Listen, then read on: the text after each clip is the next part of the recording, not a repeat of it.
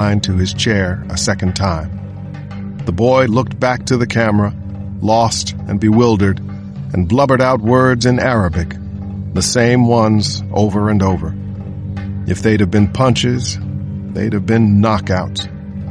The shock in Hala's expression was complete and devastating. She began to shrink in her chair, opening her mouth, but unable to speak, as Fahd kept repeating those same words. In my earbud, the translator interpreted, "Mommy, why don't you love us?" Chapter 95. Hala's cheek quivered as if she'd been slashed there. Then her composure simply crumpled and slid away, like dirt down a riverbank. She began to sob, saying in Arabic, "Mommy does love you. Mommy loves you both more than anything on earth." "No," her daughter said, and started to cry again. "You don't." "Amina, please, you're too young to—" The hooded man squeezed the red clamp. Fahd screamed, "Mommy, if you love us, please tell them." The clamp lowered, almost made contact. Dr. Al-Dasari watched through her tears, trembling, and then she shouted, "Stop! Stop!" She looked at me with an expression I'd seen only once in my life, more than 30 years before in North Carolina. It was on the face of a mother so driven by love that she was able to lift the front end of an old Jeep off the back of her 10-year-old daughter. "I'll tell you. Make them stop." "A smart choice," Mahoney said softly.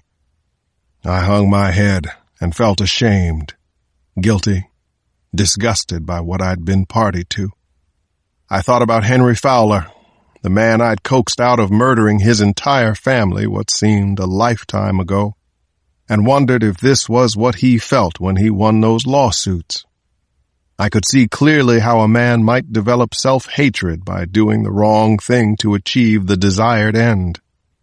"Dr. Al-Dasari," Mahoney said, "when we are finished with our business, I will let you talk with them one last time."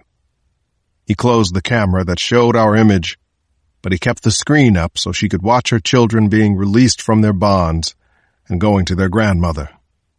"Tell us about the gas," I said. Hala wiped at her eyes. "Nerve gas. It will be used in an attack." Chapter 96. Omar Nezad could not remember ever having been this exhausted in his entire life. They had been digging and shoveling for more than an hour and a half in 20 inches of wet snow that had gotten more and more like a massive block of ice as the temperature in D.C. had plunged and bottomed out at 5 degrees above zero. They had opened a path almost 6 feet wide and nearly 65 yards long. "I can't go on," Mustafa bitched in Arabic. "I must drink, brother." 5 yards, Nezad said, gesturing at the short distance that separated them from M Street, which was unplowed but crisscrossed with tracks. "That's all that separates us, brother. Put your back into it and we go on. Quit and it has all been for nothing." Samad was drenched in sweat, but he raised his pick and began chopping at the remaining snow, breaking off big hunks of it that Nezad and then Mustafa shoveled from the path. After about the third shovelful, it dawned on the Tunisian that there was another way. A better way. "Stop," he said. "We're done. We'll get the van going like hell and just plow through it." "What if we get stuck again?" Samad asked. "We won't," Nezad said. "I won't allow us to get stuck."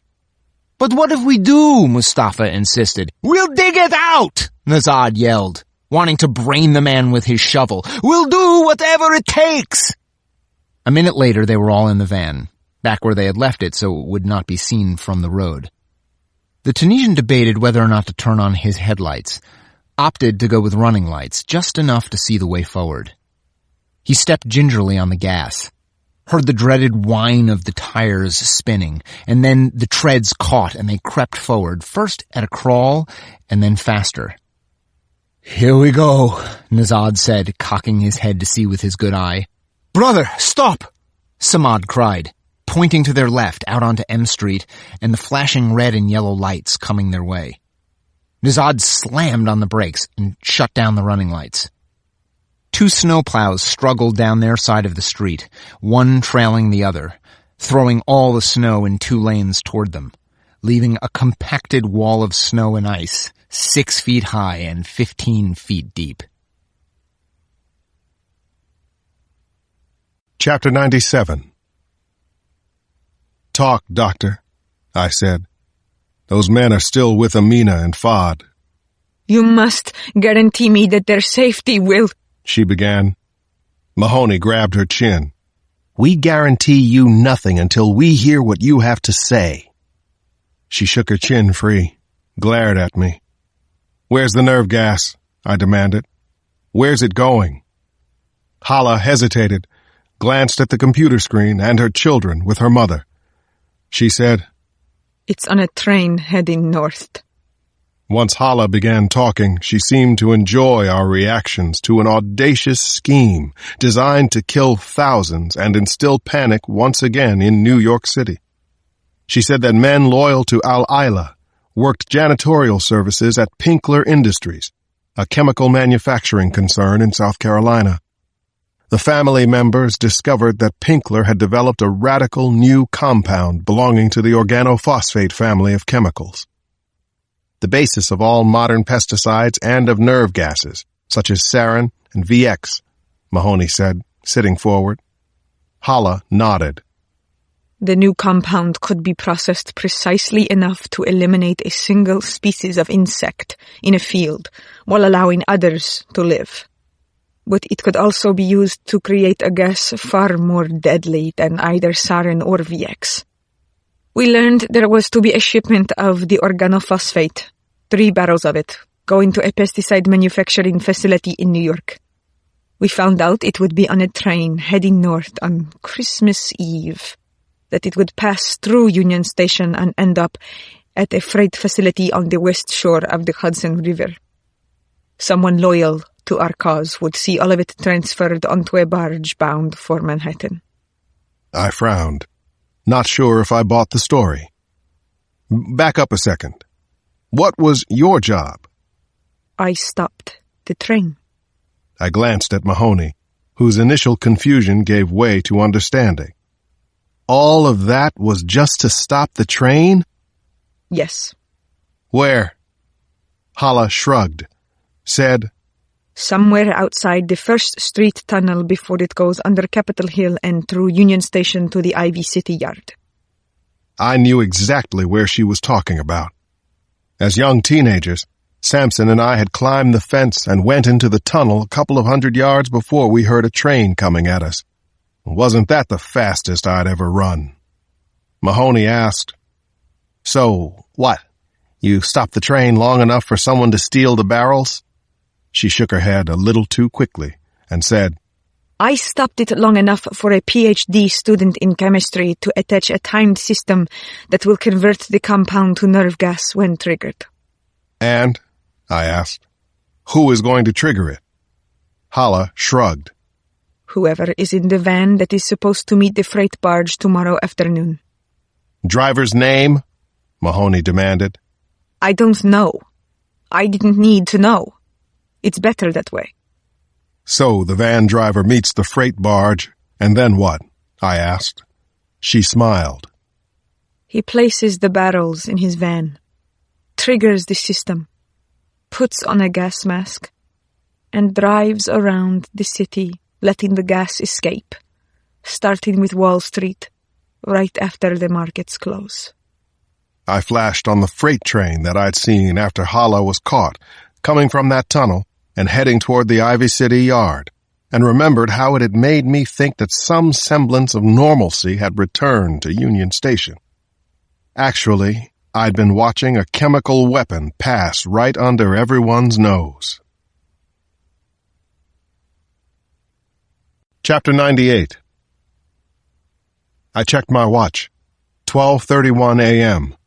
Christmas had come and gone, and so had my promise to Bree, along with an innocence that I had not known I had left to lose. But of course, although I had heard testimony about it, had gathered evidence in its wake, I had never personally seen children tortured before. The freight train had gotten at least a 3-hour head start, but it was traveling in the wake of a nor'easter barreling toward New York. We'd catch the train, stop it, and disarm that triggering device. Mahoney seemed to think the same thing. He got up and left the room to arrange for the critical incident response group to mobilize while he made plans to intercept the train. I studied Hala, who was staring at the table as if she couldn't believe she was in this position, a traitor to her cause. I said, "Which freight car carries those organophosphates?" Hala looked at me as if she had one last card to play. 29th behind the engine. It's green with CSX and C. Ito markings. You can't miss it. Chapter 99. 15 minutes later, at 1:45 in the morning, I stood in the snow on the roof of the detention center with Ned Mahoney, waiting for a U.S. Marine helicopter that was coming in from Quantico, loaded with members of the Critical Incident Response Group. "We've got a location on the train," Mahoney said. "It's almost to Trenton. We'll stop it somewhere north of there, someplace rural." "What if it's booby-trapped?" I asked. "Believe me, we'll be wearing full hazmat gear," Mahoney said. "Sounds sporty, doesn't it? I can't believe you don't want to be there to see this through."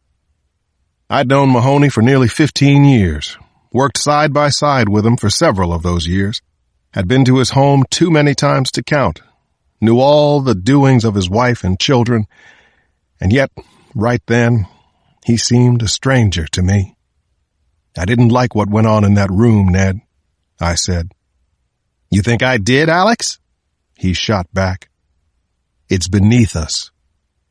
"It is," he agreed, pain rippling through his face. "Shows you that you've got to meet people like that on their own turf, using their rules. It's a sad thing to say, but true. They were kids. They were leverage against an insane scheme." I heard the thumping of the helicopter coming, saw the spotlight on its belly. "What if her attorney finds out, Ned? Demands to see a tape of the interrogation. Everything Hala told us will be fruit of the poisoned tree, disallowed in court." "Not everything has to play out in court," Mahoney replied coldly. "Besides, when I raised my hand there just before we began, the battery pack on the camera in the observation booth mysteriously fell off. Anything that went on beyond that is baseless hearsay on Dr. Aldasari's part. Her word against ours. And who is a judge going to trust, Alex? A 20-year veteran of the FBI and the legendary Dr. Alex Cross? Or a madwoman willing to send nerve gas into Manhattan?" I gazed at him as if he were transforming before my eyes, seeing new dimensions to his character. "I never pegged you as a master strategist, Ned." He raised his arm to block the snow being thrown up by the helicopter, yelled, "I have my moments. You can take my car home if you're good to drive." "I'll make it," I said, and accepted the keys as the chopper settled into the snow. "Ned?"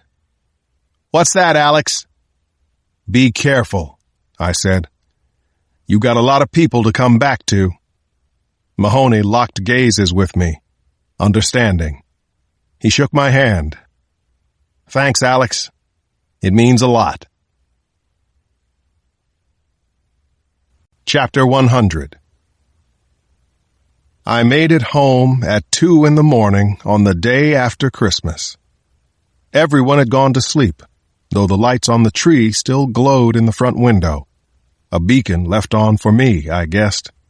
Where had the holiday gone? I kicked off my shoes, climbed the stairs, listened at the doors of my children and my grandmother, and felt drowsy at the rhythm of their breathing.